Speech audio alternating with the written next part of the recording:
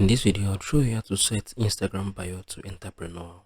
Ensure you subscribe and turn on the notification for lots of educational guides and content like this. Now, what you're going to do basically right now, if you're on Instagram, you want to change your bio to Enterpreneur bio, what you're going to do right now, I'm going to click on this edit profile, right? Once you have clicked on it, you can see from your bio, you can be able to type in anything you want to type in, right? You can type in online entrepreneur, you can type in digital entrepreneur. Anything you want to type in, right? We are free to type it. So this is basically how you can set Instagram bio to Entrepreneur. You can be online entrepreneur and anything you want to call it, right?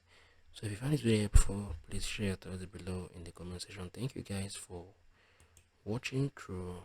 I really appreciate. I'm gonna see you guys in the very next one.